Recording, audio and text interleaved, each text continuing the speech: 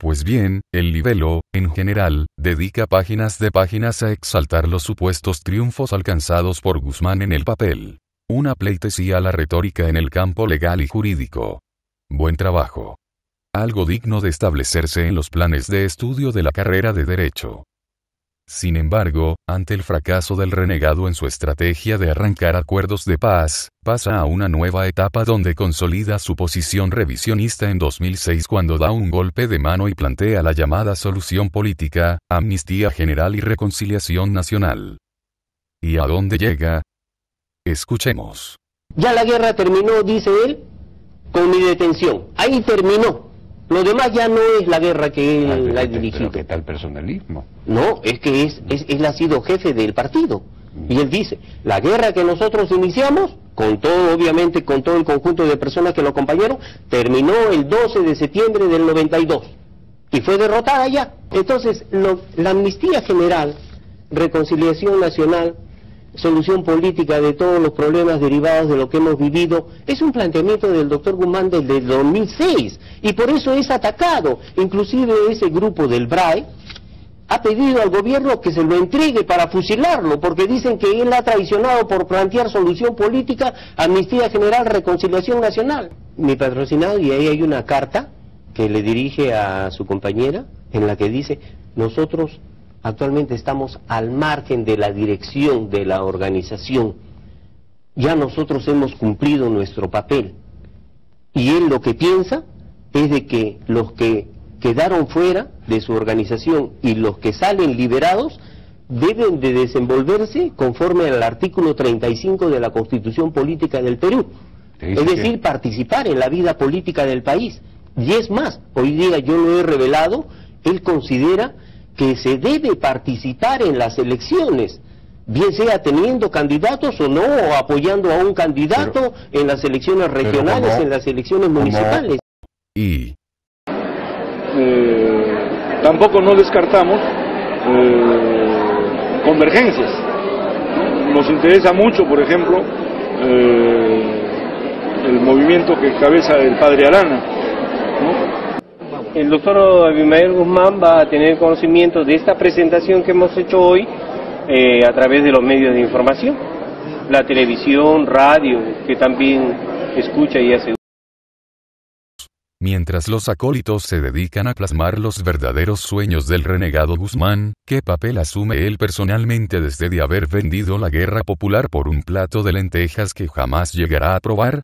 Se despide con un saludo a la bandera blanca. Escribe junto a su querida. Terminó el papel de dirección partidaria.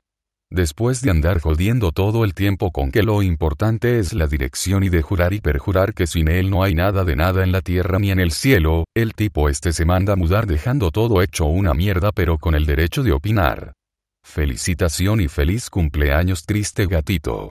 Fracasado, apático, endémico y desmoralizado pero no menos protervo revisionista y felón pretende hacernos creer que se enclaustrará aún más en su isla de la fantasía para dedicarse a hacer el bien a los demás. Este insepulto cadáver político seguirá con sus perradas revisionistas, así que no hay que bajar la guardia.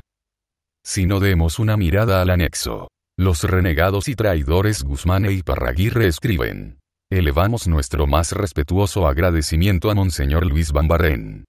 Reconociendo su preocupación por contribuir a la solución del problema a través de su generosa invocación y desinteresada aceptación de venir a reflexionar juntos. Alturados gestos pastorales que constituyen signos avisores sobre todo de mayor comprensión y acercamiento de la Iglesia. Bien, veamos ahora, lo que Guzmán decía en el documento Las Dos Colinas. Bambarrén enjuiciaba por su parte que había un chantaje diabólico. Que el PSP ha puesto la mira en la Iglesia por lo menos en su diócesis, dice que vemos en ellos un gran impedimento por el mensaje evangélico que predican. ¿De qué mensaje habla? Será de su acción contrarrevolucionaria que la vamos a desenmascarar y derrotar definitivamente. Cierto es que Bambarén, distanciándose de los curas más radicales, decía que nos toca a los obispos del Perú enfrentar esta realidad de desaparecidos y otras formas de violencia, para buscar una respuesta mediante cauces justos y eficaces, porque mientras no impere la justicia, mediante una administración de poder judicial, eficaz y rápida, la angustia de los familiares puede arrastrar a nuevas formas de violencia. Pero también es cierto que declaró que falta combatir al terrorismo con una educación por la paz, la vida y la dignidad de la persona, porque si no queda la ideología. ¿Será una ovejita con piel de lobo? ¿O un lobazo disfrazado de ovejita? Por otro lado, ¿qué otras cosas sostenía el renegado Guzmán cuando aún era el presidente Gonzalo? Veamos. En la sesión preparatoria del segundo pleno, se leen las siguientes cuestiones claves para tomar en cuenta. La Iglesia desarrolla sus organizaciones para combatirnos. La Iglesia cumple un papel ideológico, político y organizativo. Esto debe ser desenmascarado y conocido por el pueblo para que se vea que la lucha de clases enfrenta a ardorosos cruzados, a frenéticos contrarrevolucionarios aquí en la tierra. Son un instrumento de penetración ideológica, de socavamiento a la guerra popular. También se lee. Nosotros diferenciamos lo que es Iglesia como institución reaccionaria defensora del orden de explotación y la religiosidad del pueblo, que no es sino la creación social en la que se refugia para explicar su situación de hambre o pobreza. También diferenciamos función religiosa de Iglesia, esto es el ejercicio de su culto, rezos, misas, de su acción contrarrevolucionaria. Nos basamos en el programa del partido que concibe la libertad plena de creer y no creer. Y dentro de la Iglesia diferenciamos lo que es jerarquía de elementos de base. En cuanto a la Iglesia y la pacificación, se escribe: cumple plan propio dentro de la llamada pacificación, que no es sino plan del imperialismo y de la reacción peruana para aniquilar la guerra popular. Desarrolla su papel de escudo ideológico, político y organizativo y quiere encabezar porque se cree encima de las clases. Es parte activa de la ofensiva contrarrevolucionaria general.